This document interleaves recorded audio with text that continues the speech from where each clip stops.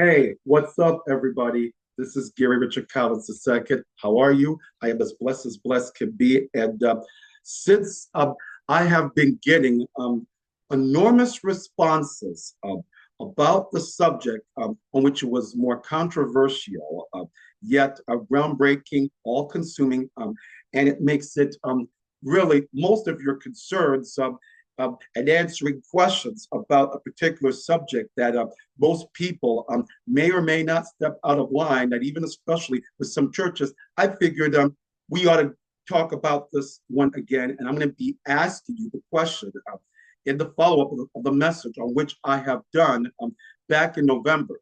This one asked the question: is it a disgrace to drink coffee in the sanctuary?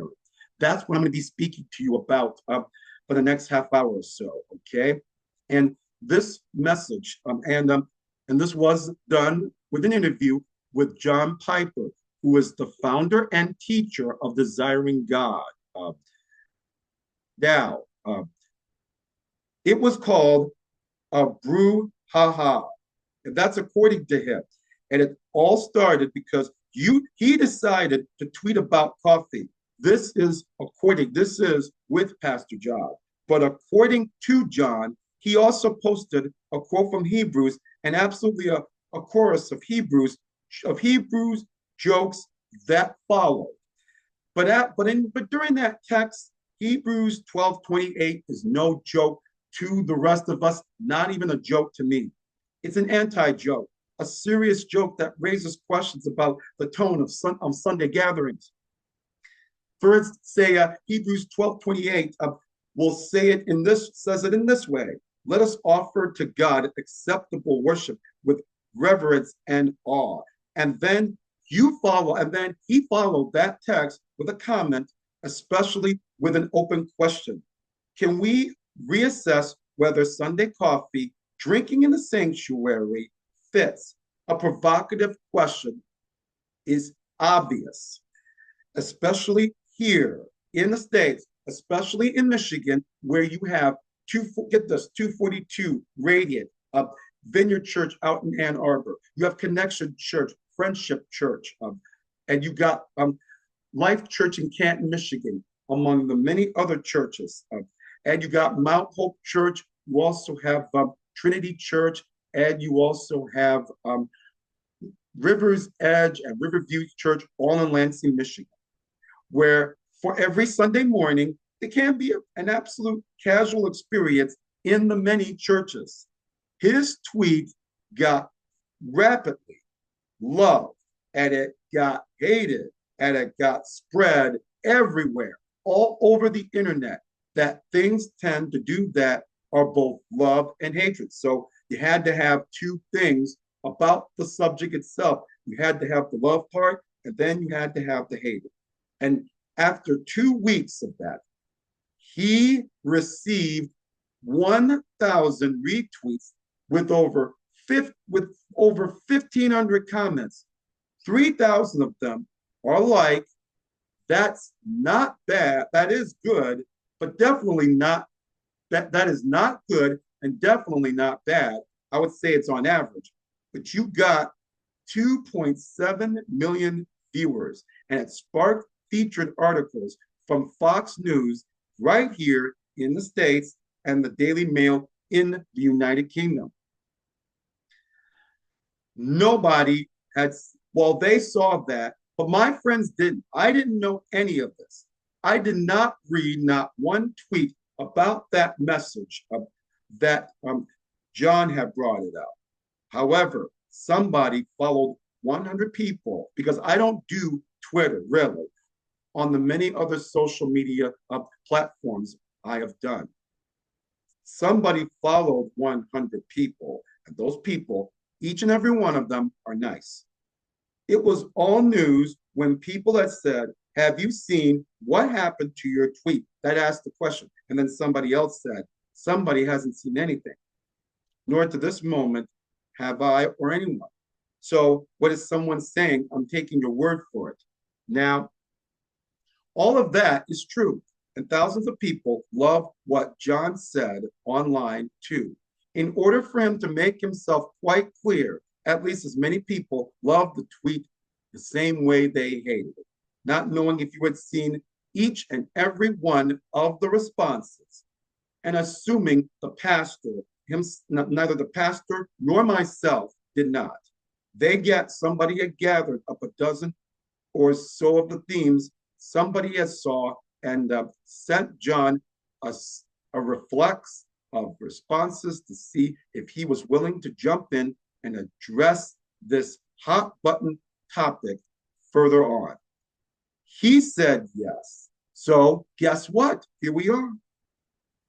I doubt this will be for a single episode. Likewise, it'll be a series on transcendence in the Sunday worship. We'll find out. So allow them to start the conversation by simply asking now, after seeing this huge online response and reading a series of the themes of what people were saying in response to this question. Now, what is your response? Now, let me try to get right to the heart of the matter. And I'm going to allow you to just sit back and listen. The heart of the matter is not about the coffee in the sanctuary, or it is not about drinking coffee in the sanctuary. That's just a symptom in itself. And of course, there are lots of other symptoms of what I'm concerned about. It's about the heart of the matter, that is the absence of an existent, ongoing, terrifying, shocking, awe-inspiring, trembling, mouth-shutting, comforting, safe, satisfying encounter with the majesty and mercy of the great. I am who I am. Exodus 3:14. Whose son said before Abraham was, I am, John 8:58. And he was killed for it. Now, I'm going to be going over to the series of messages in itself, and I'm also going to give you a comment on what all of you think. Now, we're going to begin off with more than a coffee, all right? And listen, what's missing is a kind of experience of God that shapes a person's entire life with serious joy, glad gravity, sweet sorrow, the weight of glory. It's also the kind of experience of God that has transformed reverence and awe. Those two words taken from Hebrew 12:28, reverence and awe. Simple as that. From being mere words into being the profoundest of experimental pleasures. You follow me now? And it goes on. And I say all of that without denying the preciousness of the ordinary, the down to earth, the everyday, the casual, the kiss your baby on the cheek life that we live most of the time. I'm not calling the precious of any of that into question when I talk about what I'm really concerned about right here. And yes, I'm pleading for the kind of experience of God that makes the person hungry for the regular encounters with God and his people that capture and embody something of his majesty, something of the infinite scope of his boundless power and inscrutable wisdom, that imperious wrath and sovereign grace that leave the awestruck soul speech with thankfulness and then overflowing with the praises and serious joy, loft on the wings of the kind of gladness that soars only in the atmosphere of the grandeur of God. That's what I'm after. That's what I so long for myself and the others. Now, the heart of the problem is not the absence of rules, but the absence of reverence. So, what I'm arguing about this topic is that many Christians alone have not tasted this essential, terrifying, all experience, trembling, mouth shutting, comforting, safe, satisfying encounter with the mercy, majesty of our God. Therefore, when they hear me question on the more appropriateness of coffee drinking in the absolute certain atmosphere of both reverence and awe, they have absolutely no experiential categories to grasp of what I'm really talking about here. Inside their experience of God, nothing is more natural than to meet him only in worship. Coffee mug in a hand, of course. It is so natural. And they said, what's Piper all worked up about? All right. And we go further. So the heart of the matter is not about the coffee mug in hand. It's about the absence of a kind of experience with God that would make a Christian so long for regular encounters with God and his people that are so profoundly satisfied in the depths of their being, with his majesty and his sweetness, in the seriousness of their joy and the weightness of his glory, that a coffee mug would simply feel strangely out of place. Next, we go to lopsided worship. Now that we were done completing more than a coffee mug, and listen to what it says. Allow me to shed light on what I am saying of what I am talking about, two kinds of scripture side by side. All right, you're going to hear two scriptures, and you tell me what you really think when you put them in your own words. The one that I am now quoting is in the tweet. The one I did not get from the tweet is the one that I will be hearing is from Hebrews 12. And I want to tell you about it in this way. Listen to what it says. See that you do not refuse him, or hear him, who is speaking, that is God. For if they, the Old Testament Hebrews, did not escape when they refuse him who warned them on earth, much less will we escape if we reject him who warns from heaven. At that time, his voice shook the earth, but now he has promised, yet once more I will shake not only the earth, but also the heavens. Therefore, let us be grateful for receiving a kingdom that cannot be shaken, and thus let us offer to God acceptable worship with reverence and awe, for our God is a consuming fire. Taken from verses 25 through 26 and 28 and 29. Now, and that is really serious, had I said not. And so God says in Isaiah 66:2, this is the one to whom I will look, he who trembles at my word. Now, that's one dimension. Here's the other dimension I want you to listen to. This one's from Matthew 11:28 and 30. And this is Jesus talking right now. He says, come to me, all who labor and are heavy laden, and I will give you rest. Take my yoke upon you and learn from me, for I am gentle and lowly in heart, and you will find rest for your souls. For my yoke is easy and my burden is light. Okay? Now, we know, obviously, that God is our friend. And at the time, he's our savior, our shepherd, a person with whom we can relax, remain calm. The phrase I use over and over and over again. Yes, of course we can be close, casual, and we sure can. He will meet you in your pajamas in the middle of the night. Yes, he will. I know that from the many experiences, one time too many, more than 1,000 times. Now, my concern is that from when you hear that in the past 40 years or so, the evangelical church has put so much emphasis on the more casual, the intimate, the come as you are, the accessibility of the gentle Christ, that two unfortunate things have happened at that point. One is that this emphasis has morphed into a persuasive form of entertainment like worship with an atmosphere of chipper, funny, lighthearted cheerleading, so that nothing would feel more natural than for you to just grab your drink and join the party when we go into the worship space.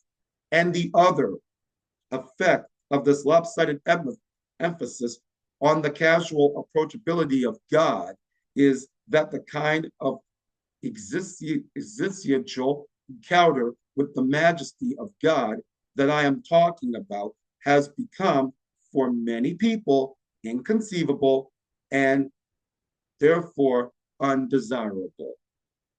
Now that I have already talked about it, the last part of the message is I'm going to be saying is moving forward. All right.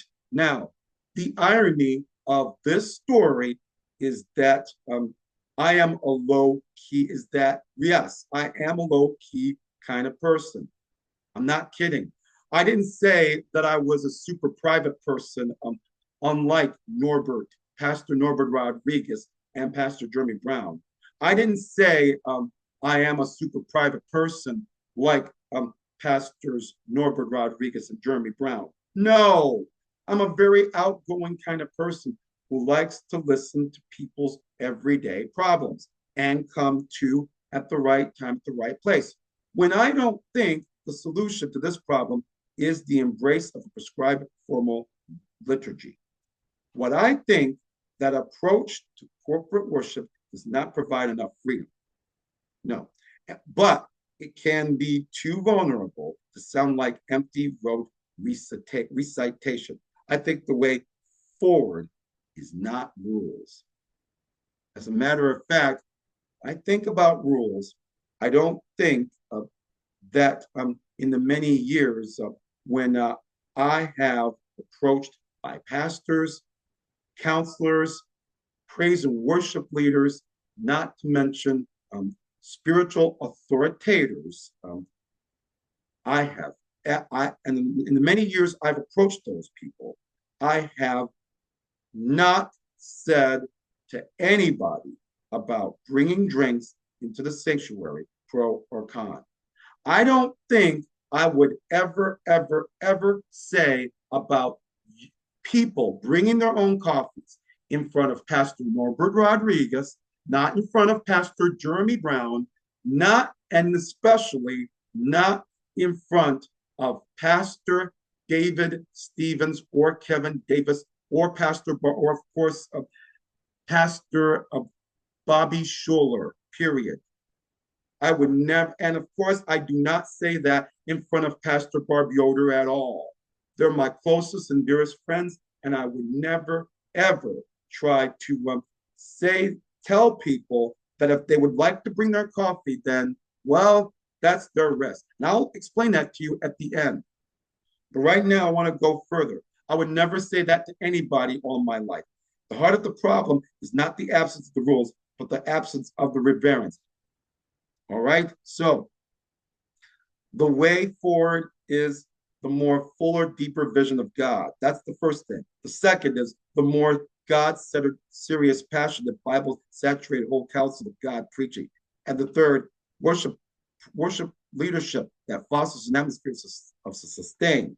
God-focused experiential gladness and gravity with minimal distractions from radically vertical orientation. Now, as far as what I have said about the issue is concerned of drinking coffee in my life, I don't think I would ever said not one word in front of Pastor Norbert Rodriguez, not in front of Pastor Jeremy Brown, not in front of Pastor Donnell Weiss. And of course, I would never ever say not one thing about coffee in front of Pastors Kim Jones or Pastor Barbara Yoder. That's not the issue here. The issue is if you go to church, it is up to you. And I'm talking about whether you go to Radiant or 242 or Connection Church or wherever, you are to respect somebody as the pastor or the staff member to just come as you are simply by following instructions for respecting the sanctuary in a way that almost nobody else can respect the sanctuary. If they want to take the risk, then they can do it. They can just go ahead and do whatever they darn well please. But you must not talk about this in front of the pastors or anybody else. The same way I don't talk about it in front of the pastors or anybody else for that reason. Because if one false move, and you're going to be kicked out of either you're going to be kicked out of the service without without a message being heard of, without a message being delivered to your family, you might not be able to go to church, period. So if I were you, I'd keep quiet and not be concerned of what anybody is doing as far as themselves bringing coffee into churches or not. You leave this decision up to them. You leave that call up to them.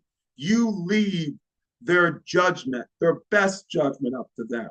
You can't be like anybody else. No, you have to just be yourself and only yourself and make the right decisions. Because if you want to drink coffee, then you have to cover the mug up. You have to cover the lid up on the cup with the mud and then drink it and try not to make a mess. But if you don't want to take a risk, then that'll be all right.